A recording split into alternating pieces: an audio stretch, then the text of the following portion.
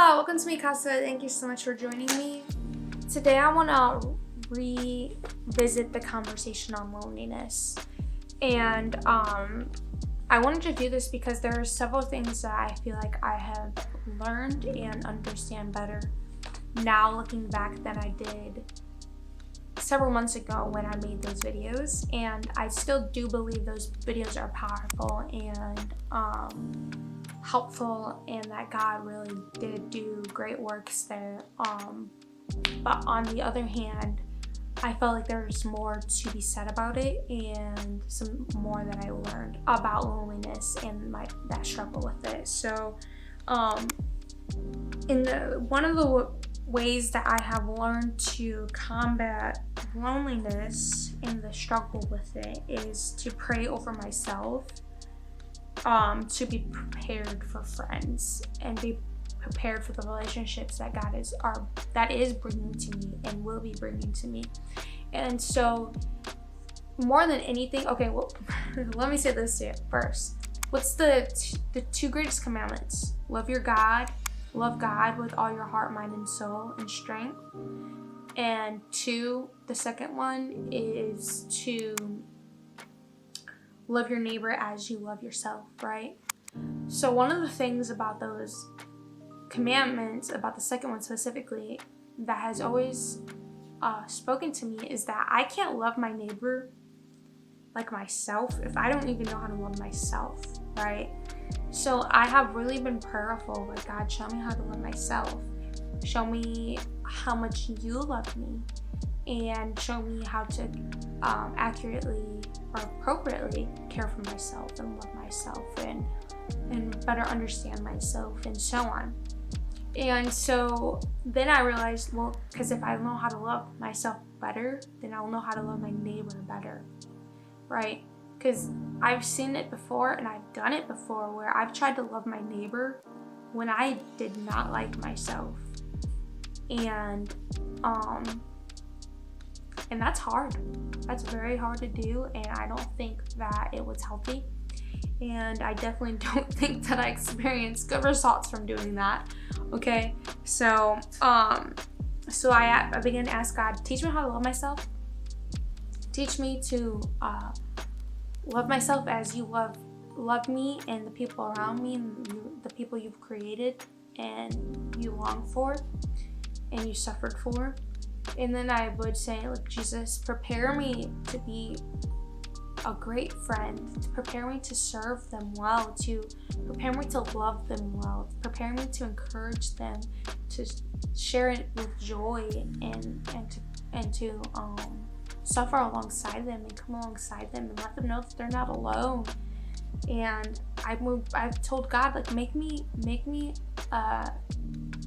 a servant to them, like, help me serve them, show me how to serve them and love on them and care for them.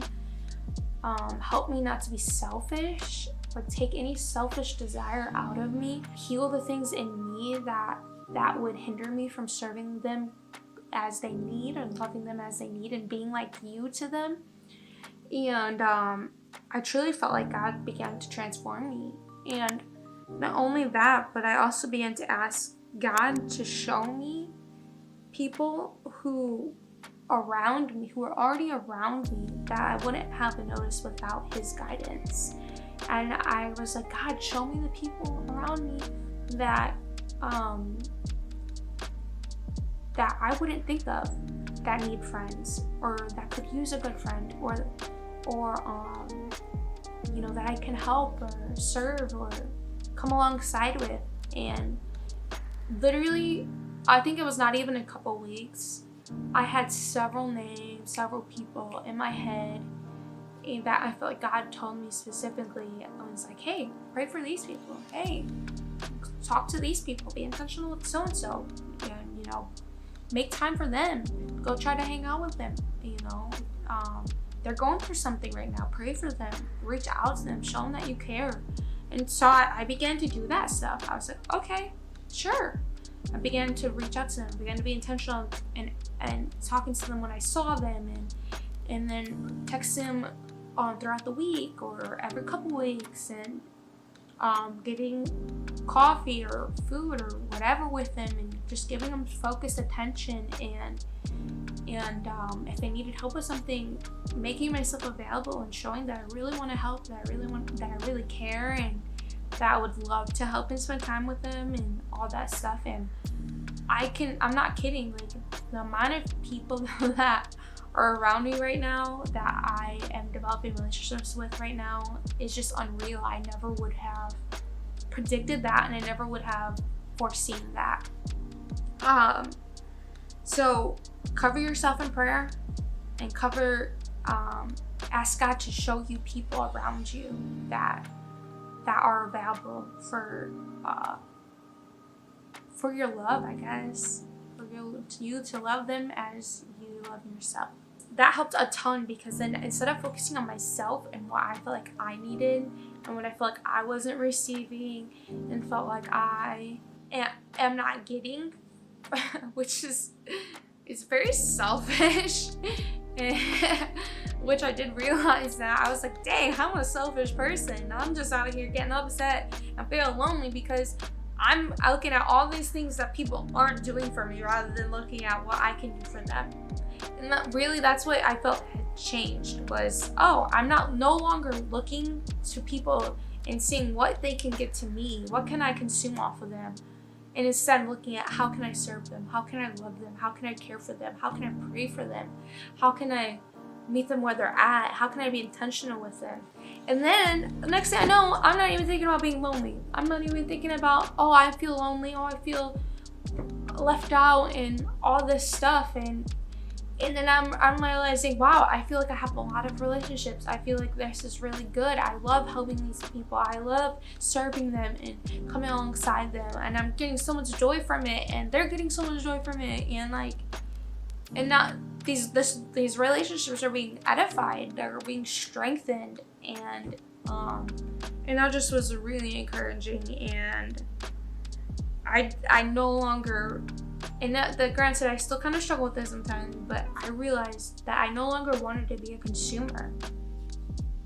I no longer wanted to look at people at how they could give to me. And once I realized that that's what I was doing, and I'm not saying that could be something you're not dealing with. I don't know, but it's worth saying, because it took me a long time to realize that the reason why I was so discontent in my relationships and the people around me is because, one, I was disqualifying people without even realizing it, and not even seeing them as people that I could have great relationships with and mutual relationships with, right? And then 2, I was upset with people because I feel like they weren't serving me and loving me and caring for me the way I loved and cared and served for them. But once I did start doing things without strings attached, once I started doing things just because I knew Jesus loves them and I knew Jesus would serve them without looking to receive anything, Jesus would go to them in their hurting and their pain without looking to receive anything. How many times did Jesus do that in the Bible? How many times did Jesus go out of his way, like the man with Legion? He literally went out of his way specifically to reach that man, to deliver that man, and then to leave. And then the same with people who had leprosy. He would go and talk to them and help them up and be there with them when no one else wanted to touch them because they were sinners. At some point, they were cursed. And then Jesus went and got people that no one else wanted. That people who were hurting, like the lady at the well. He went out of his way to her because he knew that she was going to be there, avoiding everyone else, because she was ashamed and wasn't welcome in her community, and went just to reach her. And then she went back and won her whole community to Jesus and to God. How many times did Jesus do that? And so I'm just sitting here, God, make me more like you, Jesus. Give me your heart. Give me your eyes. Give me your ears. God, show me how you would love these people, how you'd serve these people. Let me do what you would do. And then once that happened, I no longer was selfish. I no longer was a consumer. I no longer was feeling lonely. I no longer felt like I didn't have people around me. I no longer felt like that I just needed friends in an ideal way. I don't know how to say. I just realized that all the things that I felt like I I needed and wanted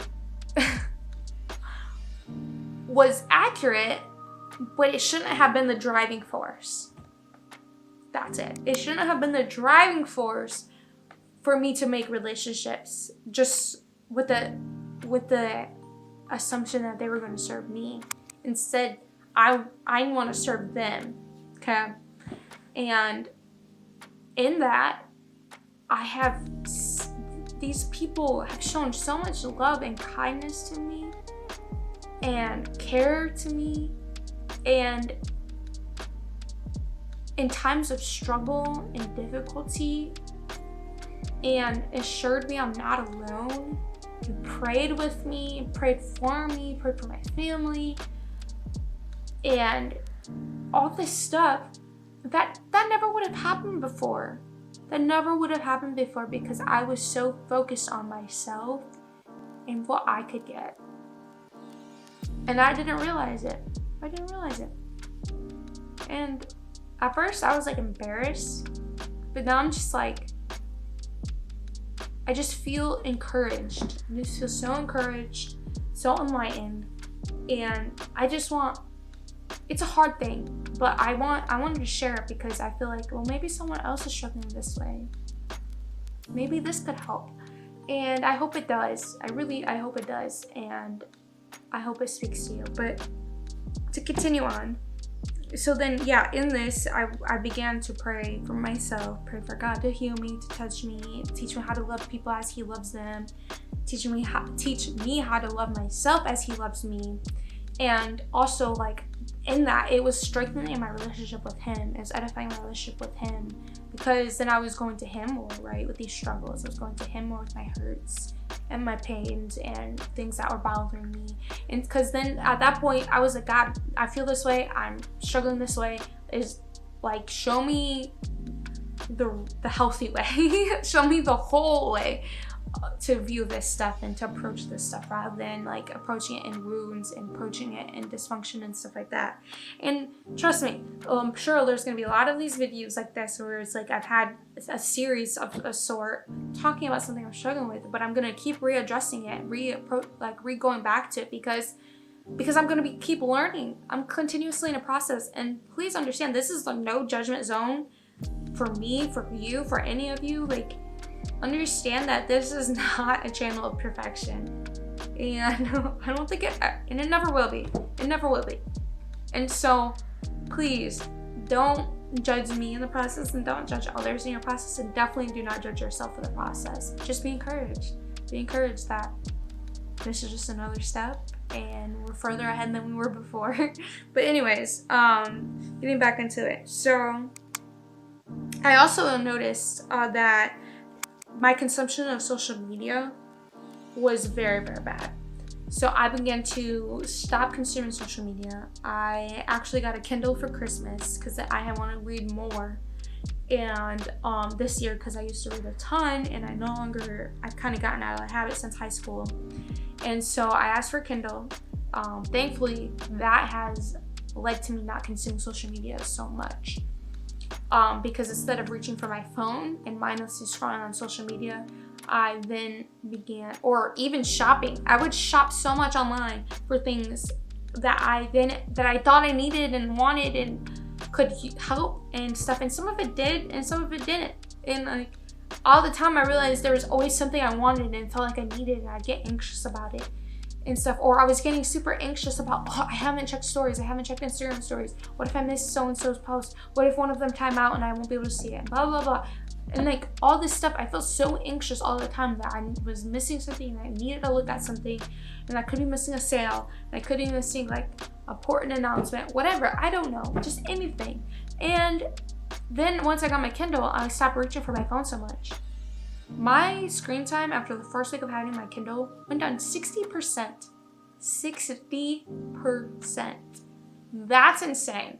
Okay? That's insane. And I noticed I wasn't getting on social media like that anymore. I was maybe getting on for a couple minutes a day, not even.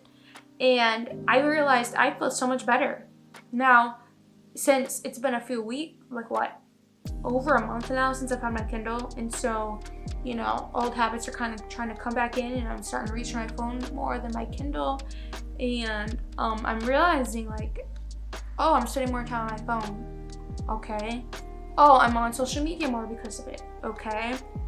Oh, the other night I was just scrolling through social media, scrolling, and I was like, why am I doing this? Why am I not just like reading or doing something else? And so I like put my phone down, and then I just like felt so discontent and so anxious, and I was like, what the heck? And then I just was like, oh my gosh, I feel so lonely. And it was the first time in months since the last time I had felt like so like this lonely. And I was like, what the heck is going on? Like, what changed? Like, I've still been talking to all my friends. I've still been staying in contact with my family. Like, all this stuff. Like, I just socialized a ton over this past weekend. Like, I was around a lot of people that I care about and love, and that vice versa. And I'm like, what is this coming from? And I realized, oh, it's from social media. It was from the perspective of, I'm not out doing all this stuff. I'm not out traveling and buying all these name brand things and these clothes and eating at these cool restaurants, and I'm not hanging out with all these people like all the time and like posting about it and everything. And I realized like, oh my goodness, this is reinforcing the perspective of loneliness, because I looked at how everyone else is living their life rather than looking at how I live my life. And so I ended up realizing that was just further encouraging the discontentment and the loneliness and being a consumer of things. And so that was something that, you know, I wanted to share, because maybe maybe you're not aware that it could be affecting you that way or in a similar way, or taking a toll on you. So yeah, I just thought that was really important. That brings me to my last point. In doing all these things, praying over myself for that Jesus would make me more like him, teach me to love myself, teach me to love others as he loves them, praying that over those very people that he laid on my heart, those very people that he brought to mind, consistently praying for them, consistently being intentional with them, and connecting with them and hanging out with them and texting them, and then focusing more, and by proxy focusing more on my relationship with God, growing that, spending more time in his word, learning more of his characteristics, his attributes, his values, and then also understanding that to be balanced in social media consumption and media consumption just in general. I've also noticed that with my Kindle, I'm reading more, and yes, I'm being on my phone less, but then I realized, okay, well, I'm just reading entertainment books, which is not bad, but I'm also slacking on my Bible reading a little bit, my prayer journaling a little bit, like my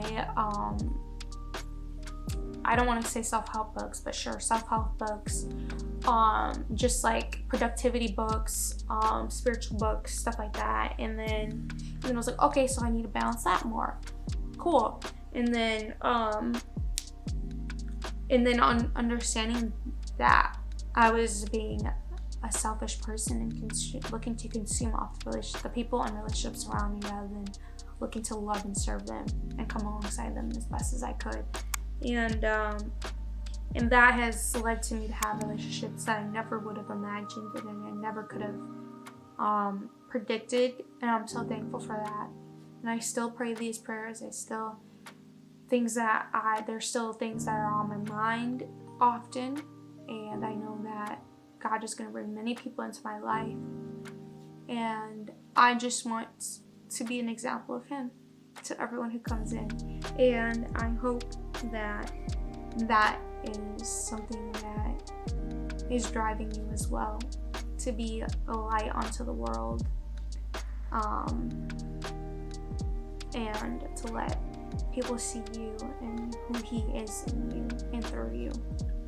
And so, which actually, let me read that real quick. It's in Matthew 5, verse 13. You are the salt of the earth, but if the salt loses its flavor, how shall it be seasoned? It is then good for nothing but to be thrown out and trampled underfoot by men. You are the light of the world, and a city that is set on a hill cannot be hidden. Nor do they light a lamp and put it under a basket, but on a lampstand, and it gives light to all who are in the house. Let your light so shine before men that they may see your good works and glorify your Father in heaven. So your life is supposed to be a light to the world. Your life and who you are is the example of Jesus and his values and his attributes, his heart, his love to the world and to the people around you. So I pray this encourages you, and I hope that it spoke to you. And please comment below any questions or any thoughts that you have. And I can't wait to see you in the next one. Take care, lovely.